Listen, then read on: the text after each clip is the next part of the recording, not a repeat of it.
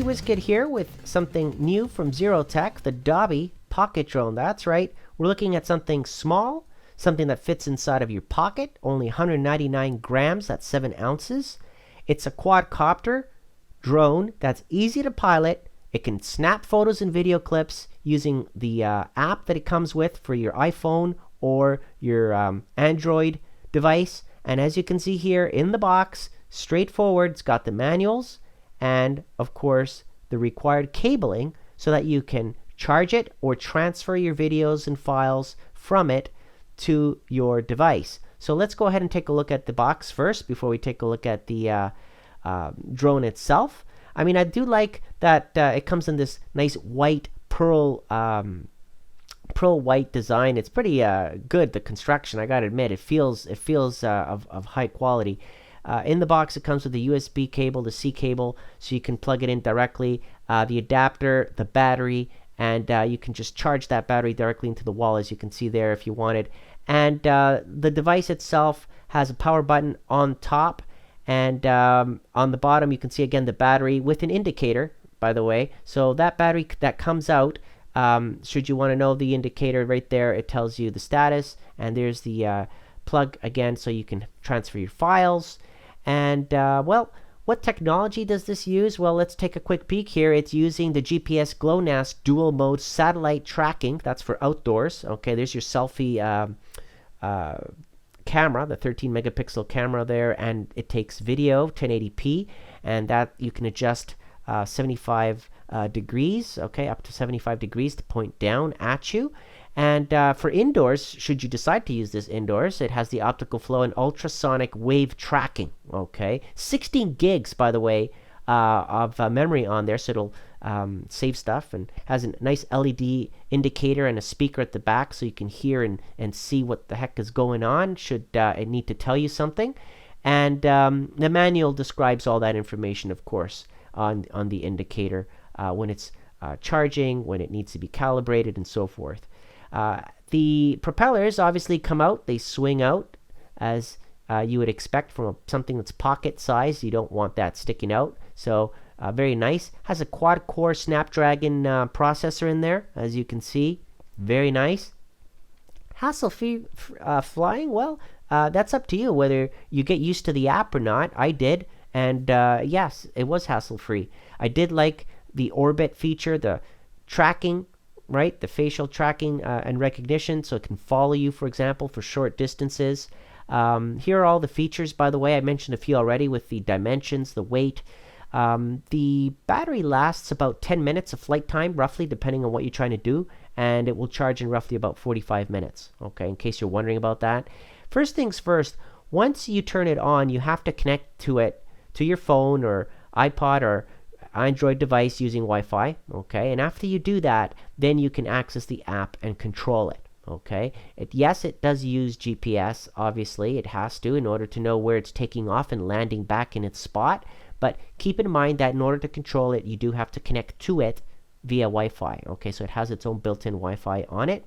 And I'll show you that in just a second as well. So there are the specs. You can pause the screen and look it over if you decide to. But pretty straightforward. You know, after you take out and expand the blades there, you can see the design of it. It's small. It's low profile. Yes, it can land on your hand. I did not want to try that because I did not have the guard. Here's the sound that it makes when it's booting up.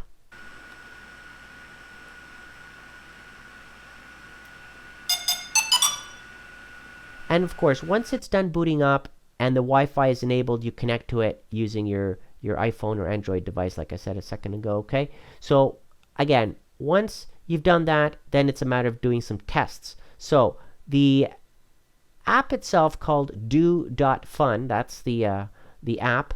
Once you install it, it's free. You connect to your Dobby. Here's an example of me connecting to it using the Wi-Fi connection. And then I set up, you know, whether I want 2.4 or 5 gigahertz band for it. And the language, of course, I chose English. And I did update the firmware on it. That's a must. Always update the firmware in case there's little bugs and things like that you want to make sure you have a nice stable flight.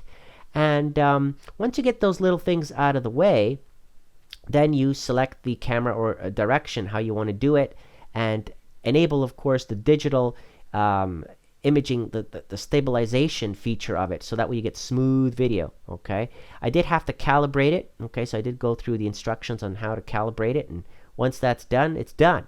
Then it's just a matter of getting familiar with the app itself and controlling and setting up the quality of your photos that you want to take, should you decide to take that, or video. I prefer taking video, and I'm going to test it and show you some video that I took indoors and outdoors. But as you can see from those two circles, you use your thumbs to control the forward, backward, side to side motion, up and down, and basically set things up the way you want when you're controlling it. You can have the automatic takeoff feature, which I'm going to do right now for you, and you can see the loudness of it. Here we go. Now, yes, it is a little bit loud, of course, having these small little propellers spinning really fast. You can see how steady I'm able to keep it in a small space indoors. So as an indoor test, this actually is working out pretty good. I did not encounter any malfunctions or bumps into anything. There is a guard, however, that you can get for it that goes around on the outside of the propeller, so that way if it bangs into your walls, it doesn't do any harm to either the drone or your wall. And as you can see there, the camera is front facing, and you can turn it and have photos and video taken appropriately. Once you're done doing your flying video, photos, or whatever it is that you need to do, just press the button on the controller to land, and down it comes. Very nice, smooth landing right there. So no issues there. Now let's go ahead and do an outdoor test with a little bit of wind, okay? Because not everybody has the perfect sunny weather. In my case, I have wet, snowy weather with a little bit of chill factor in there because of the wind blowing. So keep that in mind when you're looking at this video now. I had a fairly good smooth takeoff. I'm keeping it nice and steady there. I'm turning it a little bit to the side so you can see the surroundings. Okay, and it's very responsive. I gotta tell you, very, very responsive. It's not necessarily a fast racing drone, but I mean, it goes very high, as you can see here by the heights, and I could even gone higher. I can have it tilt a little bit, turn quickly on a dime if I need to catch something, and of course, using the face recognition and tracking, you can have it follow you as well. Now, I wanted to do a hover, a really low hover, so I'm not actually going to land. I'm really getting as close as I can to the ground without touching the ground, and then I'm going to have it hover along the ground and see how good it does, because a drone is not only about being high up. Sure, it's great to have things high up, but maybe you want to have it side by side taking video of something that you're doing while you're walking, for example, or jogging or biking or whatever, right? So it's good to get a sense here on how fast I'm making it go. And it's not terribly the fastest, but like I said, quality is good. It's got the digital stabilization enabled in there, so that way, you know, you're not getting too much of a wobble in the video. And I think it's a very decent 1080p that I'm giving you guys here on this, as you can see. And also being able to have it orbit, have it come back to where it took off basically, and have safe, you know, smooth landings is something that I look for, because, you know, all it takes is one crash and it can hurt a propeller or something, right? But in this case, I didn't have any issues at all with that. It was a nice, smooth landing, as you can see right there, and I'm very happy. Now, I didn't try the palm landing, again, because I didn't have the outer protector with me, but I like the fact that you can put it in your pocket. It's nice, discreet, quick, pull it out when you need to, take your photos and videos, put it away. You got about 10 minutes there to play with, and then recharge it again for about 45 minutes, and you're good to go. Bottom line, it's packed with features. It's got the facial recognition, the target tracking, continuous shooting, time shooting, 13 megapixel camera on it, 1080p video. You know, it was pretty smooth, the video, actually. You saw it. The motion guided controls, you know, through the app were pretty nice, and it's lightweight. Only 7 ounces. That's 199 grams. Geez, folds nicely. puts away. The only thing I can complain about is really I wish that the battery will last more than 10 minutes, so that way I can keep taking more video and fill up that 16 gigs of space that are on there. But other than that, definitely a lovely little drone, pocket drone, to take with you on trips and things like that. And I'd like to thank ZEROTECH for providing it. I'll add the latest pricing below. Hope you enjoyed this video, and thank you for watching.